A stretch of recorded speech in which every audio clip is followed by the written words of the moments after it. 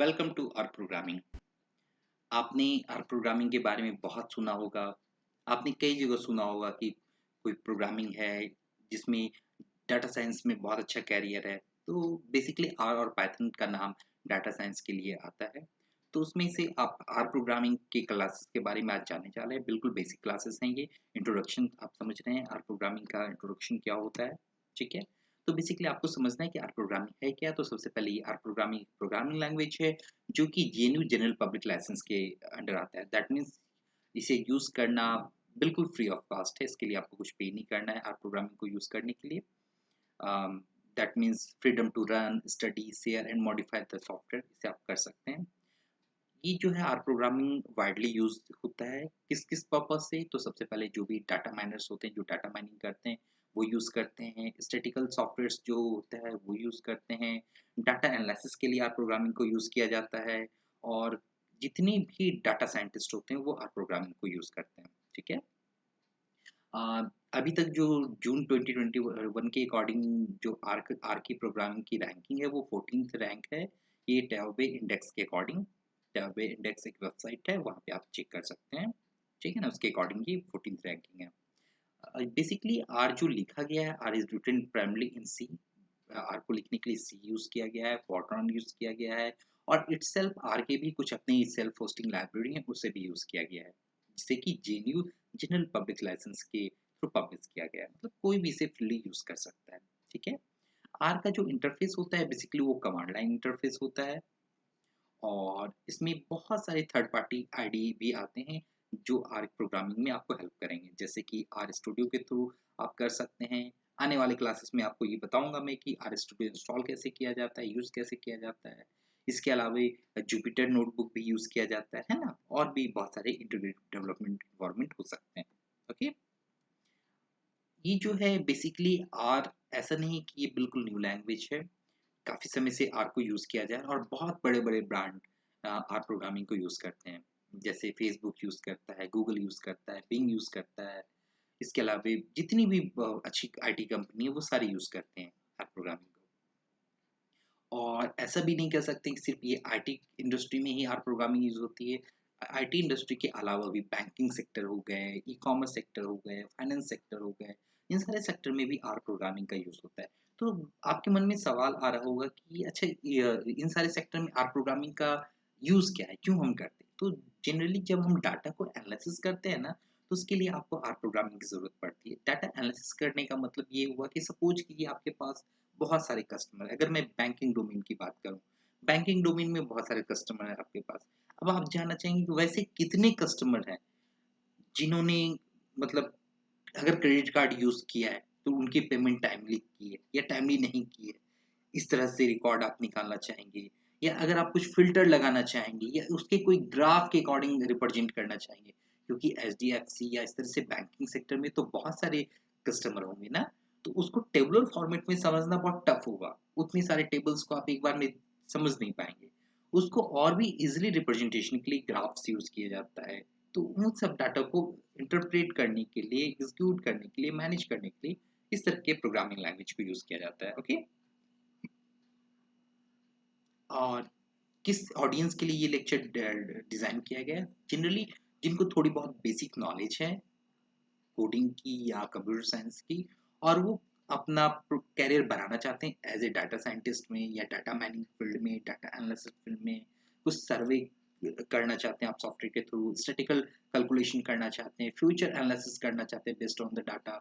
यहाँ पे future analysis का मतलब क्या हुआ? सपोज कीजिए आपने लास्ट 10 इयर्स का डाटा कलेक्ट किया और वहाँ से आपने मेज़र किया, तो चांस काफ़ी ज़्यादा चांस होते हैं कि जो 10 इयर्स के डाटा हैं, वो आपके 11th या 12th इयर्स के बारे में भी कुछ ना कुछ इंटरप्रेट करते हैं, है ना?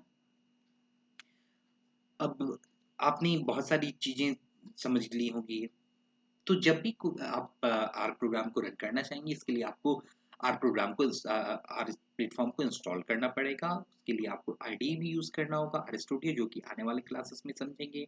और ये लेक्चर कोई भी समझ सकता है, कोई भी सीख सकता है आर प्रोग्रामिंग जिनको थोड़ी बहुत बेसिक नॉलेज है प्रोग्रामिंग की, वो सीख सकते हैं।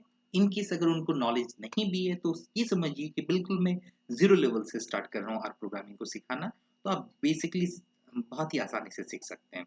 ठीक है? अब कुछ आर के फीचर्स को समझते हैं। आर प्रोग्रामिंग जो है ये software environment for statistical analysis, graphics, representation and reporting के लिए यूज़ किया जाता है। और ये बहुत ही वेल डेवलप्ड लैंग्वेज माना जाता है। मतलब इसमें बहुत सारे फीचर्स हैं जो कि आप यूज़ कर सकते हैं, और इसमें जितने भी स्टैटिकल कैलकुलेशन है वो सबसे ज़्यादा आसानी से यहाँ पे यूज़ किया जा सकता है। इसे हैंडल करना बहुत ही आसान है, स्टोरेज की फैसिलिटी काफ़ी अच्छी होती है यहाँ पे, कैलकुलेशन करना बहुत आसान होता है, एरेज़, लिस्ट, वेक्टर्स, मैट्रिसेस ये सब को यूज़ करना यहाँ पे बहुत आसान होता है। जनरली कुछ लैंग्वेजेज़ हैं जैसे पीएचपी, जावा, डॉट नेट, इन सारे में वेक्टर, लिस्ट और मैट्रिसेस को कैलकुलेट करना बहुत डिफ़िकल्ट होता है, नहीं कर सकते आप वहाँ पे इतनी आसानी से। जितनी आसानी से आप आर में कर सकते हैं या पाइथन में कर सकते हैं। तो चूँकि आर की क्लासेस आप ले रहे हैं तो आर के बारे में ज़्यादा फ़ोकस कर रहा हूँ। तो आर आपको कैलकुलेशन में बहुत ही हेल्प करेगा। अगर आप एरेज़ की कैलकुलेशन करना चाहते हैं, लिस्ट के बारे में कुछ समझना चाहते हैं, वेक्टर्स, मैट्रिसेस ये सब के बारे में आर आपको बहुत ही ईज़िली आपको समझा सकता है, क्लियर कर सकता है, ठीक है? ये बेसिकली डाटा एनालिसिस टूल के तरह यूज़ किया जाता है, और इसे आप बहुत ही आसानी से यूज़ कर सकते हैं, जो कि आने वाले क्लासेस में आप सीखेंगे कि कैसे आपको इसे यूज़ करना है, ठीक है ना? कुछ एडवांटेज एंड डिसएडवांटेज भी हैं आर के। एडवांटेज में आप देख सकते हैं कि ये ओपन सोर्स है, तो इसे कोई भी यूज़ कर सकता है, फ्री ऑफ कॉस्ट यूज़ कर सकता है। यहाँ पे डाटा रैंगलिंग करना बहुत आसान होता है। डाटा रैंगलिंग का मतलब है कि डाटा को कलेक्ट करना, उसमें कुछ डाटा को हटाना, फिर उसमें प्यूरिफाई करना, ये सारा कुछ करना बहुत ईज़ी होता है, ठीक है? एरे ऑफ पैकेजेज़ यहाँ पे बहुत ज़्यादा है। क्वालिटी प्लॉटिंग एंड ग्राफिंग यहाँ पे बहुत आसानी से किया जा सकता है। ये प्लेटफ़ॉर्म इंडिपेंडेंट है। मशीन लर्निंग के यहाँ पे काफ़ी ऑपरेशंस किए जा सकते हैं, और ये कंटिन्यूअसली ग्रो कर रहा है, ठीक है? कुछ वीक ओरिजिन भी है, मतलब कुछ डिसएडवांटेज भी हैं आर के।